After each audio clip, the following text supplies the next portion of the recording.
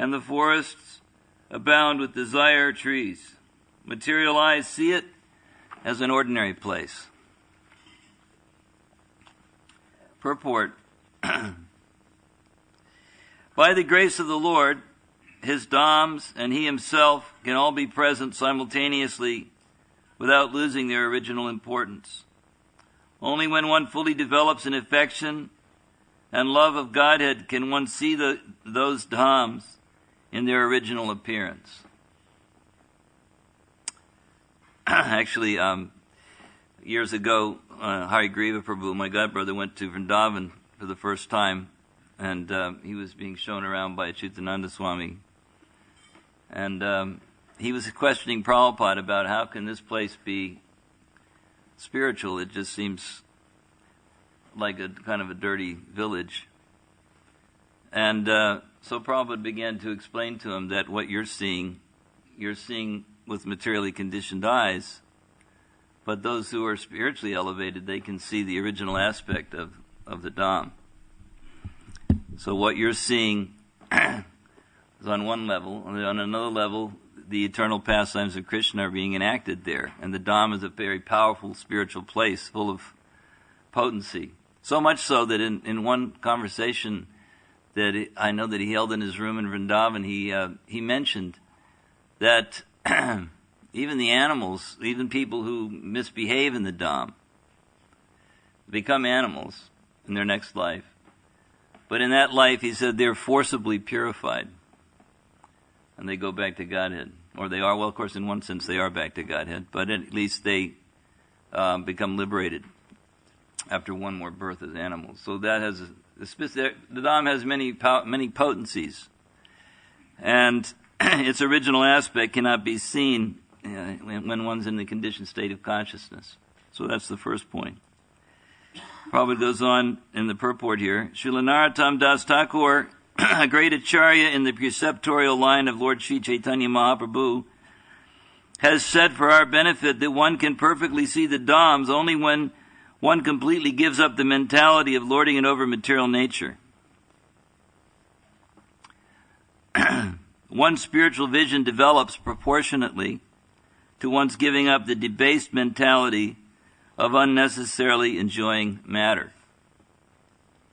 It's interesting, he uses the word debased mentality. It's actually the attitude towards this material world of trying to enjoy it is considered to be debased or degraded attitude. So we can all possibly hold up our hands to that one. It says a diseased person who has become diseased because of a certain bad habit must be ready to follow the advice of the physician. And as a natural sequence, he must attempt to give up the cause of the disease. The patient cannot indulge in the bad habit and at the same time expect to be cured by the physician. Modern material civilization, however, is maintaining a diseased atmosphere. The living being is a spiritual spark, as spiritual as the Lord himself. The only difference is that the Lord is great and the living being is small. Qualitatively, they are one, but quantitatively, they are different. Therefore, since the living being is spiritual in constitution, he can be happy only in the spiritual sky, where there are unlimited spiritual spheres called Vaikunthas. A spiritual being conditioned by a material body must therefore try to get rid of his disease instead of developing the cause of the disease. Foolish persons engrossed in their material assets are unnecessarily proud of being leaders of the people, but they ignore the spiritual value of man. Such illusion leaders make plans covering any number of years, but they can hardly make humanity happy in a state conditioned by threefold miseries inflicted by material nature. One cannot control the laws of nature by any amount of struggling. One must, at last, be subject to death, nature's ultimate law. Death, birth, old age, and illness are symptoms of the disease condition of the living being. The highest aim of human life should therefore be to get free from these miseries and go back home, back to Godhead. So this is a wonderful, as usual, a wonderful purport by Srila Prabhupada. As mentioned before, we're talking here about the nature of the spiritual world and how, as it states in the verse, materialized, see it as an ordinary place. So, premanjana charita bhakti vilochanena santak sadaiva hridayeshu vilokayanti yang shama sundaram achintya guna surupam govindamadi purusham tamahang bhajami. So, premanjana charita. Without the eyes being smeared with the salve of love of Godhead, it's not possible to see these things as described by Lord Brahma in the Brahma Samhita. Then Prabhupada mentions this song by Narottam Das Thakur, which begins with the line, Gauranga Bholite Habe Bhulaka Sharira. So he talks about how, because of addiction to material sense gratification, we've been conditioned by so many thousands and millions of births to seek satisfaction of the senses. So it's like it's a bad habit. Prabhupada talks about, in this purport, he talks about habit, that a disease that has come about because of a certain bad habit. So what is that bad habit? That bad habit is to see the creation as an object for my enjoyment.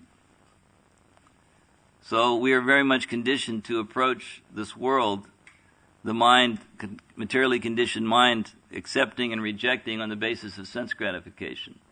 Oh, this is favorable for my sense gratification. Oh, this is not favorable. I reject that. And this is a very long-standing habit. And some of you may have, at least I know I have, some very bad habits. Of course, this habit everyone has. This habit of approaching the world as though it was meant for my enjoyment. So, but even we can understand, like somebody may have a bad habit, like, let's say, biting their nails or something like that. And maybe they've been doing it for a very long time.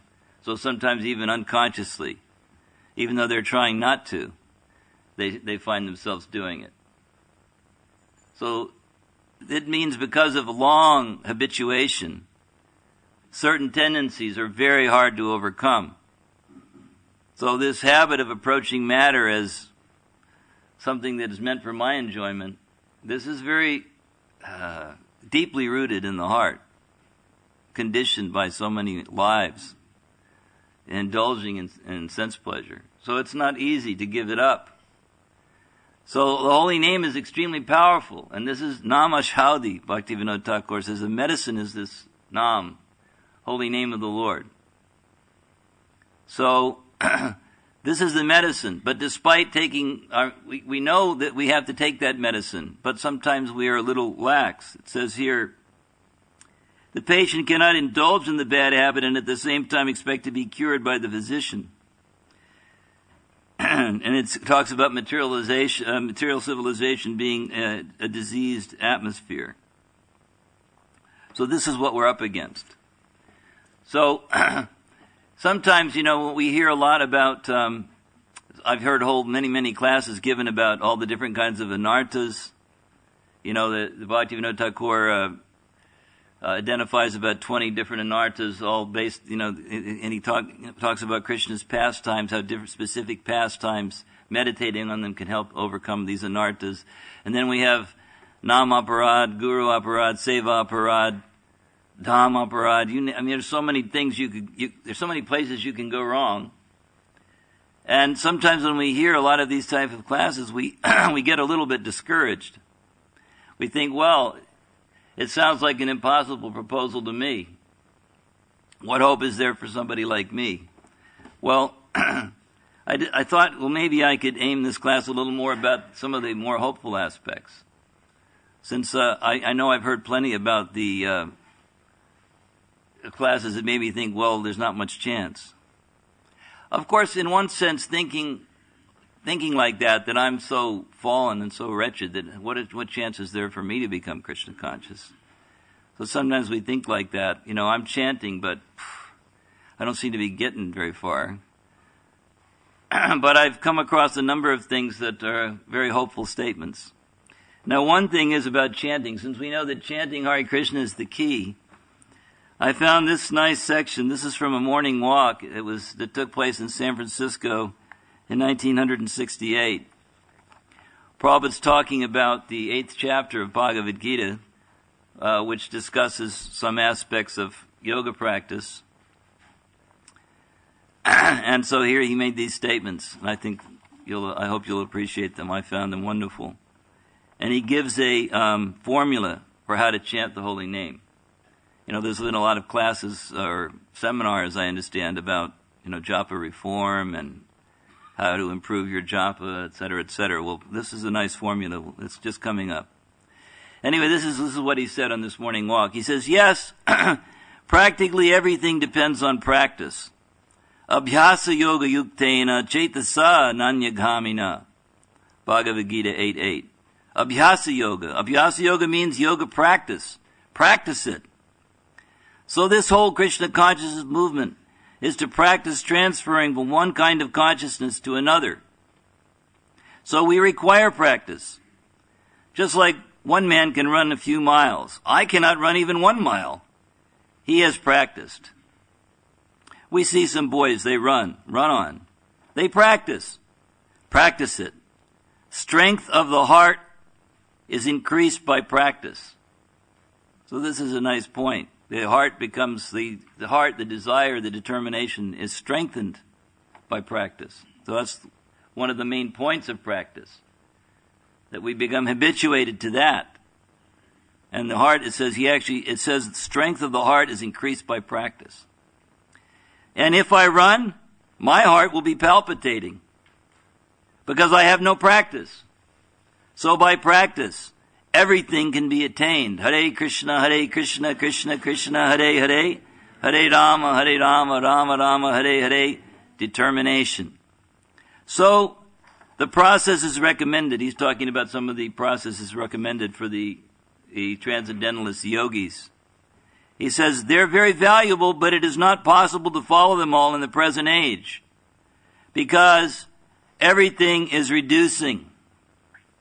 So our method, so let me read that again. He says that all these different practices, not possible to follow them all in the present age because everything is reducing. Kali Yuga, all the good qualities, all of the various aspects are on the wane.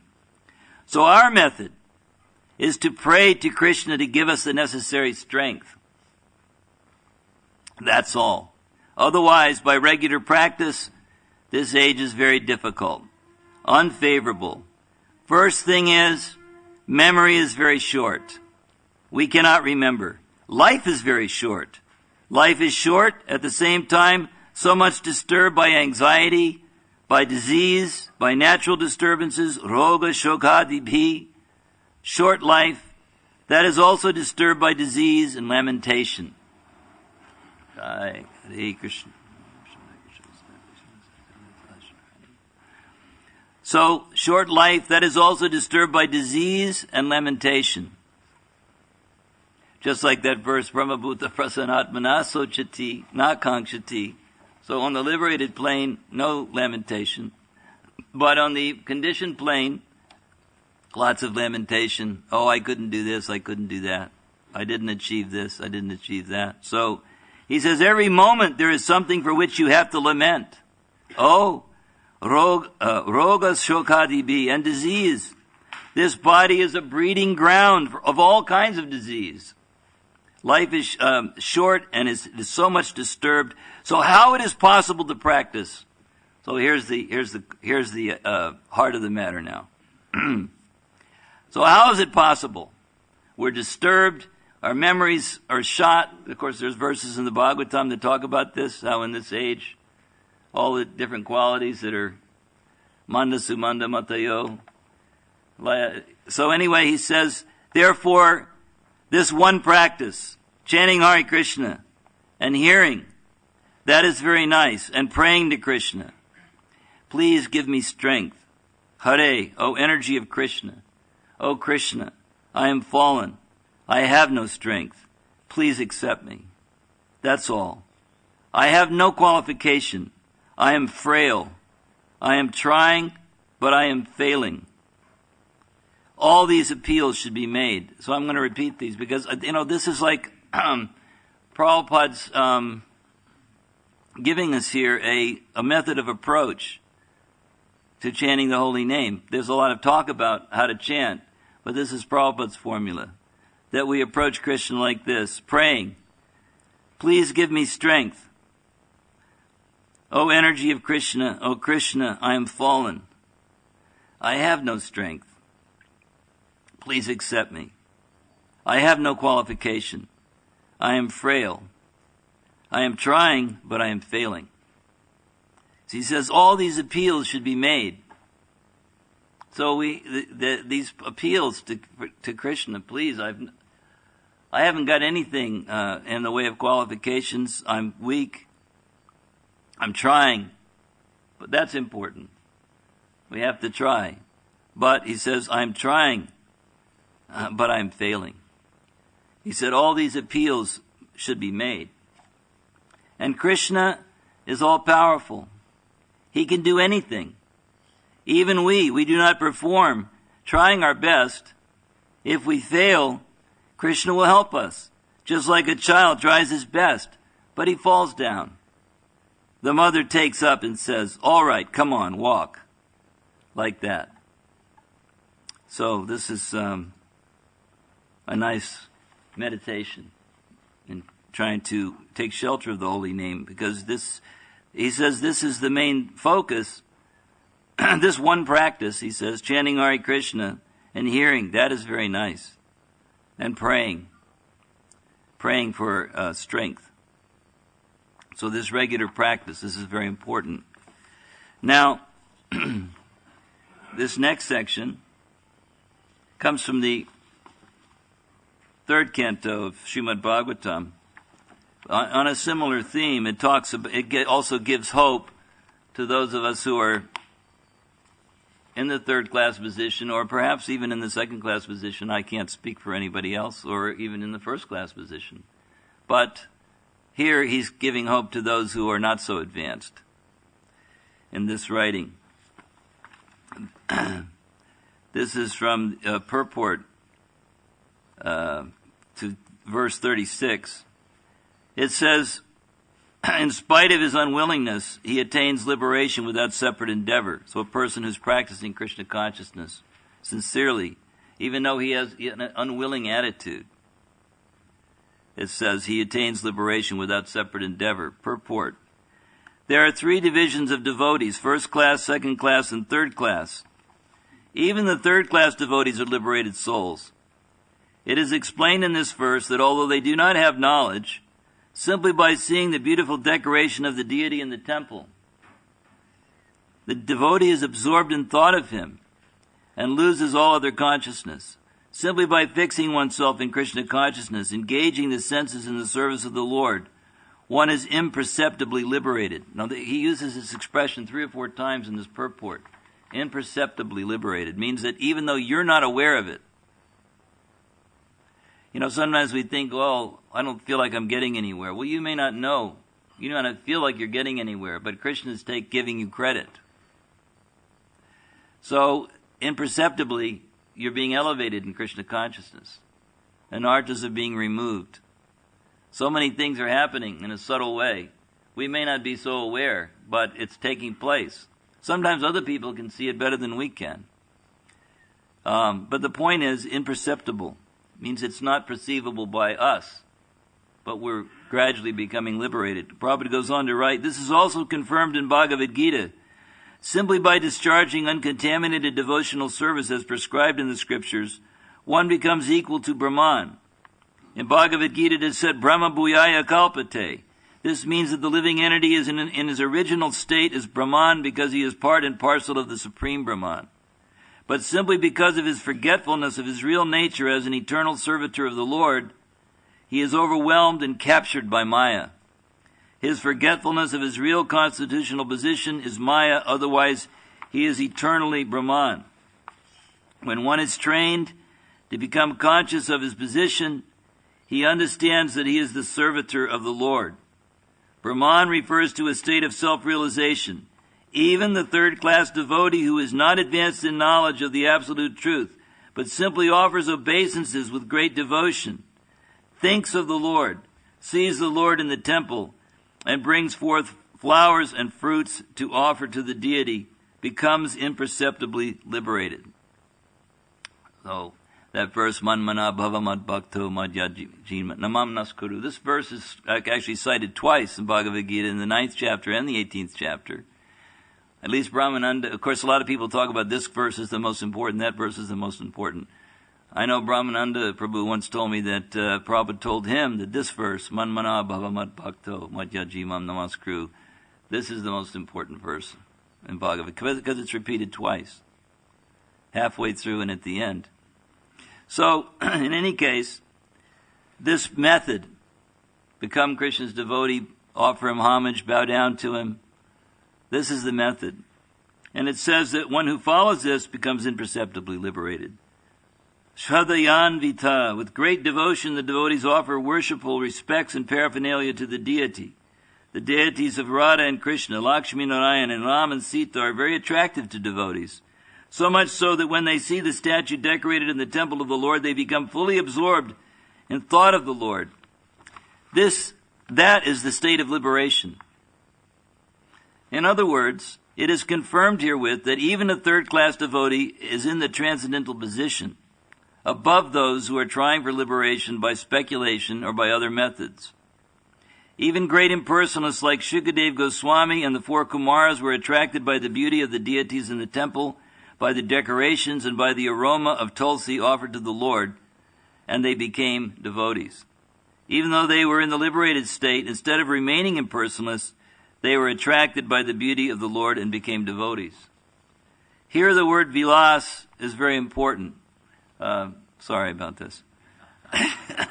Vilas refers to the activities or pastimes of the Lord. It is a prescribed duty in temple worship that not only should one visit the temple to see the deity nicely decorated, but at the same time he should hear the recitation of Srimad Bhagavatam, Bhagavad Gita, or some similar literature, which is regularly recited in the temple. It is the system in Vrindavan that in every temple there is recitation of the Shastras. Even third-class devotees who have no literary knowledge or no time to read Srimad Bhagavatam or Bhagavad Gita get the opportunity to hear about the pastimes of the Lord. His form, in this way their minds may remain always absorbed in the thought of the Lord, His form, His activities, and His transcendental nature. So, janma karma cha me divyang evang yo veti tattvataha tyaktva dehang punarjanma naiti mang eti. So, Arjuna. So it says, this state of Krishna consciousness is a liberated stage. Lord Chaitanya therefore recommended 5 important processes in the discharge of devotional service. 1, to chant the holy names of the Lord. Hare Krishna, Krishna Krishna, Hare Hare. Hare Rama, Rama Rama, Hare Hare. 2, to associate with devotees and serve them as far as possible. 3, to hear Srimad Bhagavatam. 4, to see the decorated temple and the deity, and if possible, 5, to live in a place like Vrindavan or Mathura. These 5 items alone can help a devotee achieve the highest perfectional stage. This is confirmed in Bhagavad Gita and here in the Srimad Bhagavatam, that third-class devotees can also imperceptibly achieve liberation. Now this is the final statement of this purport. He says that third-class devotees can also imperceptibly achieve liberation is accepted in all Vedic literature. So, these are hopeful statements. Even it's mentioned in the Nectar of Devotion that we should hope against hope. Is that Ashabhanda, isn't it? Ashabhanda. So we should be like that. We shouldn't be discouraged. We should be hopeful.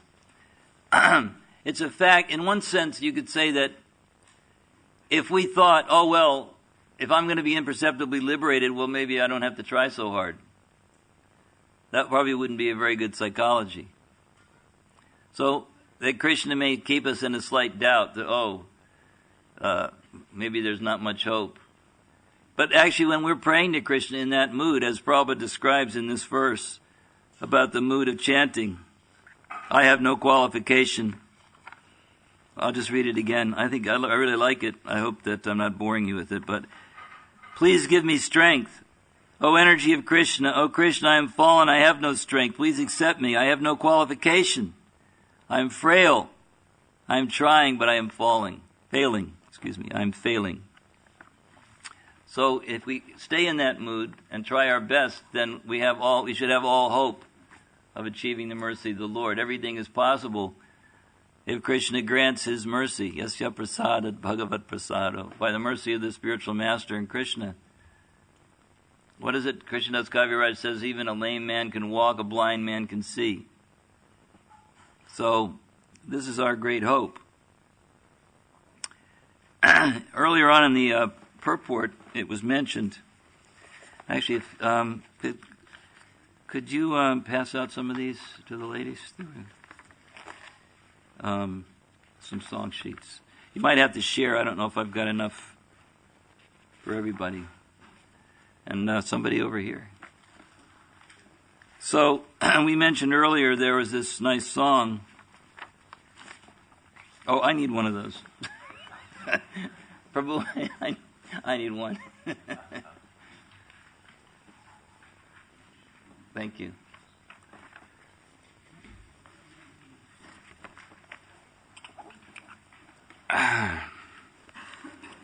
So I was thinking that we could sing this song as a meditation, because in this song, Narottam Das Thakur talks about the disease that we're afflicted by, or the bad habit, Vishaya. Vishaya chodiya kabe shuddha habe man. Kabe hama herabo shri vrindhava. So this is a very nice song by Narottam Das Thakur. Nice meditation on praying to the Lord for His mercy so that we may be able to enter into this higher realm of consciousness.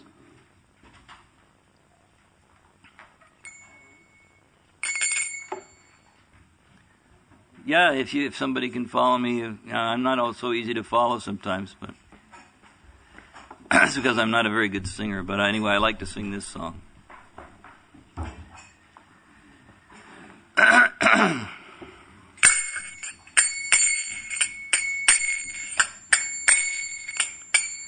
Gauranga bolite habe pulaka sharir Hari Hari bolite nayan ne bhaveni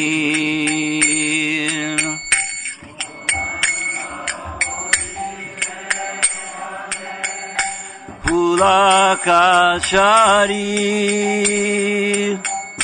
Hari Hari bolite nai yane bhaveni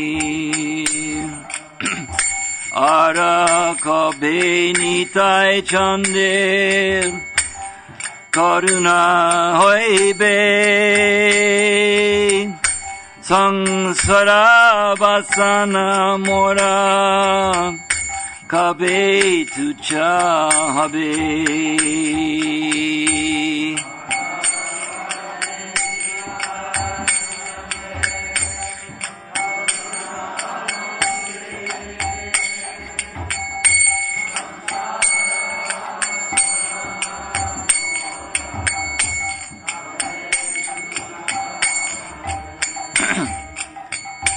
Vishaya choriya kabe shuddha be mana kabe hama erabo Shri Vrindavan Vishaya choriya kabe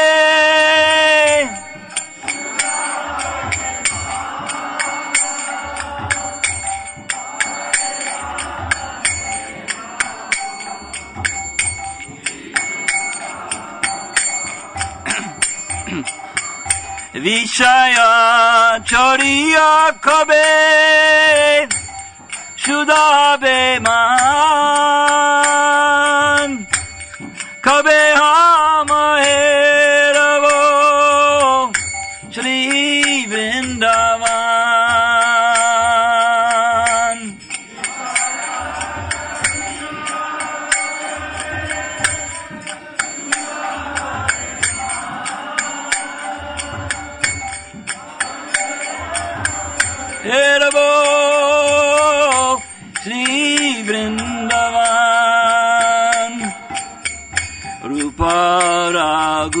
natapade koibe akuti kabe hama pujabose jugala piriti rupa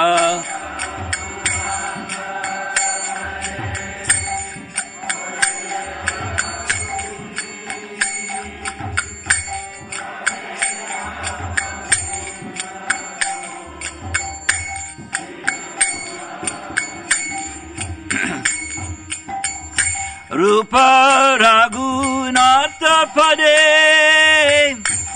Rahu Mora Asha Prarthana Koro e Sada Narottamo Das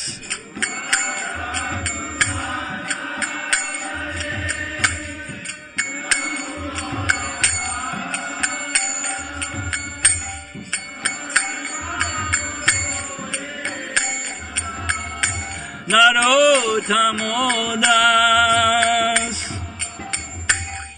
Gauranga bolite habe Pulaka sharir Hari Hari bolite nayane babinir Gauranga bolite habe Pulaka sharir Hari Hari bolite nayane babinir Gauranga bolite habe Pulaka sharir Hari Hari bolite nayane babinir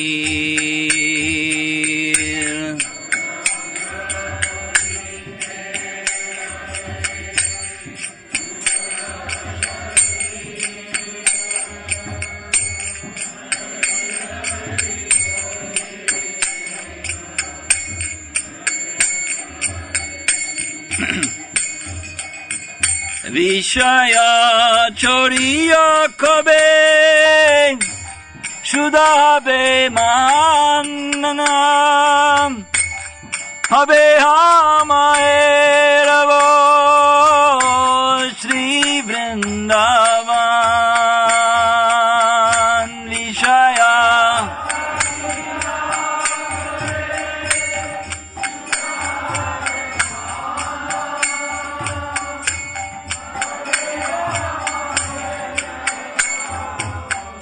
Shri Vrindavan Gauranga bolite habe Pulaka sharir Hari Hari bolite nayane babinir Anga bolite habe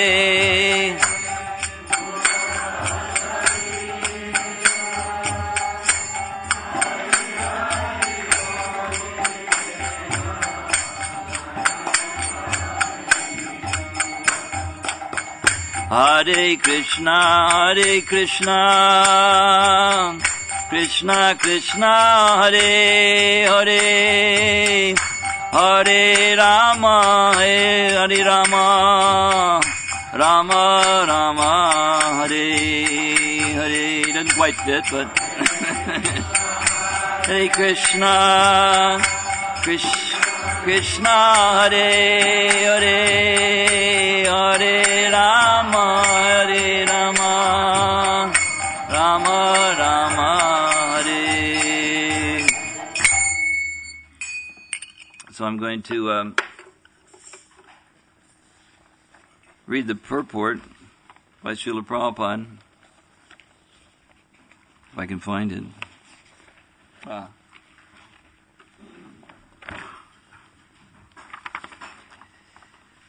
This song was sung by Narottam Das Thakur, a great devotee and acharya in the Gaudiya Vaishnava Sampradaya, the disciplic succession coming down from Lord Chaitanya. Narottam Das Thakur has written many songs which are recognized as authoritative by all Vaishnavas. He has sung these songs in simple Bengali language, but the purport, the deep meaning of his songs is very significant. In this song he says, Gauranga bolite habe pulaka sharira. One has attained the perfection of chanting when as soon as he chants the name of Lord Gauranga, who initiated this Sankirtan movement, at once there is shivering in his body. This is not to be imitated, but Narottam Das Thakur is asking, when will that opportune moment come to us? When there will be shivering of the body as soon as we chant Lord Gauranga's name. And after the shivering, Hari Hari Bolite Nayane Bhavinhir. While chanting Hare Krishna, there will be tears in the eyes. Then he says, Ar Kabe Nitai Chander Kuruno Ebe. We are all asking about the mercy of Lord Nityananda. Nityananda is supposed to be the original spiritual master, so we have to approach Gauranga, Lord Chaitanya, through the mercy of Lord Nityananda. What is the symptom of a person who has achieved the causeless mercy of Lord Nityananda? Narottam Das Thakur says that the symptom of one who has actually received the causeless mercy of Lord Nityananda is that he has no more material desire. Ara kabe nitai chander karuno hebe, sangsara bhasana mora kabe tucha have. Sangsara bhasana means desire for material enjoyment. And Narottam Das wonders when it will become very insignificant. So we may wonder like that. When will it become very insignificant? Of course, as long as we have bodies, we have to accept so many material things, but not in the spirit of enjoyment, but only to keep body and soul together. Narottam Das says further, Rupa Raghunatha Pade Hoibe Akuti. When shall I be very much eager to study the books left by the six Goswamis? Akuti means eagerness, because Rupa Goswami is the father of devotional service. He has written a book called Bhakti Rasamrita Sindhu, in which there are nice directions on devotional service. These topics are also dealt with in Chaitanya Charitamrita and other books, and we have given the summary of those directions in our book Teachings of Lord Chaitanya. One has to learn of the conjugal loving affairs of Radha Krishna through the teachings of these six Goswamis. Narottam Das Thakur directs us not to try to understand the conjugal love of Radha Krishna by our own endeavor. We should try to understand this Jugala Priti under the direction of the Goswamis. As long as the mind is too much absorbed in materialistic thought, one cannot enter into the kingdom of Vrindavan. But Narottam Das Thakur says, Vishaya Choriya Kobe, Shuddha Man, Kabe Hama Herabo, Sri Vrindavan. When the mind is completely purified, being freed from material anxieties and desires, then I shall be able to understand Vrindavan and the conjugal love of Radha and Krishna, and then my spiritual life will be successful. So in this verse and purport that we've read today from Chaitanya Charitamrita, it talks about, it makes reference to this song in that first paragraph where he says, or second paragraph, where it says Narottam Das has said for our benefit that one can perfectly see the Dhams only when one completely gives up the mentality of lording it over material nature. So this tendency which we described at the beginning, this tendency to see matter, that I am the Lord of all I survey, the Lord, the enjoyer, the controller, as long as we have this mentality, we're trapped. So we try to give that up by very sincerely chanting the holy name of the Lord and praying to the Lord for His mercy, and continuing that practice sincerely throughout our lives. Then that imperceptible liberation may be granted to us. So I'll stop there. If there's any questions or comments. Yes.